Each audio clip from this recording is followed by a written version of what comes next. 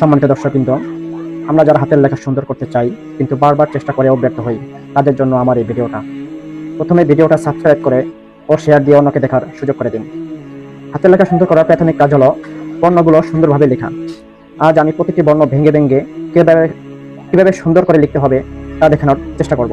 প্রথমে আমরা বাংলা খাতার যে দাগগুলো আছে ভিতরে দাগ, এই দাগ বরাবর মাত্রা দিব। সরল লিখতে গেলে মাত্রা দেওয়া লাগবে।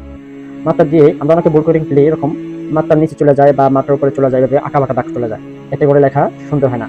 এই বিষয়টা আমাদের খুব খেয়াল রাখতে হবে। দ্বিতীয়ত, সরল লিখতে গেলে আমরা যে দাগটা দেবো, দাগের ঠিক একটু নিচে সামান্য একটা বৃত্ত দিব। আমাদের বাংলা লেখার ক্ষেত্রে বৃত্ত এবং সরল লেখা টান, সোজা টান একটা সূত্র রয়েছে। আমরা সেই সূত্র আলোকে আজকে এই লেখা শিখবো। ঠিক এখান থেকে এভাবে ঘুরিয়ে এভাবে লিখবো। তার আমরা সরলটা লিখলাম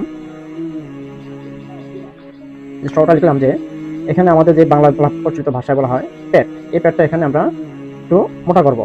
অনেকে আমরা এরকম করে লিখি, এটা আমাদের লেখা সুন্দর হয় না। এটা হলো দিয়ে এরকম ভাবে আমরা লিখে ফেলি।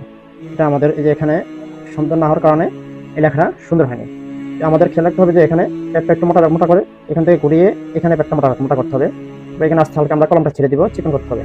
তাহলে আমাদের ঠিক হবো বইয়ের মতো, যেভাবে বইতে যেরকম সরল লেখা আছে ঠিক এরকম লেখা হবে। আশা করি বুঝতে পারছেন।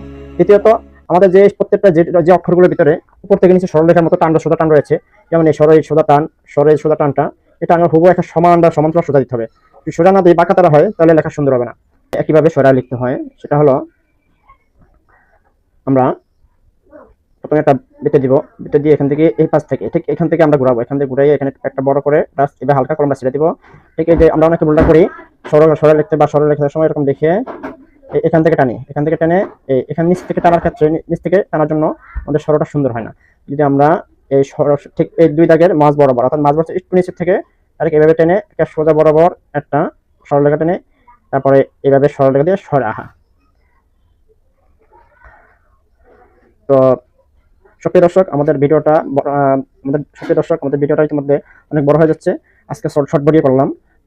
সুপ্রিয় দর্শক, আজকে স্বর এবং স্বরা কিভাবে লিখতে হয় এটা দেখালাম। আরো যে বাকি 9টি বর্ণ রয়েছে, এই বর্ণ কিভাবে লিখতে হবে ভেঙে ভেঙে পরবর্তী ভিডিওতে দেখা হবে ইনশাআল্লাহ। সম্মানিত দর্শক, বাকি যে 9টি বর্ণ রয়েছে সেই বর্ণগুলো কিভাবে লিখতে হবে ভেঙে ভেঙে আমি পরবর্তী ভিডিওতে দেখাবো। ভিডিওর পেতে আমাদের চ্যানেলটি, আবার বলছি, ভিডিওটি পেতে আমাদের চ্যানেলটি সাবস্ক্রাইব করে রাখুন।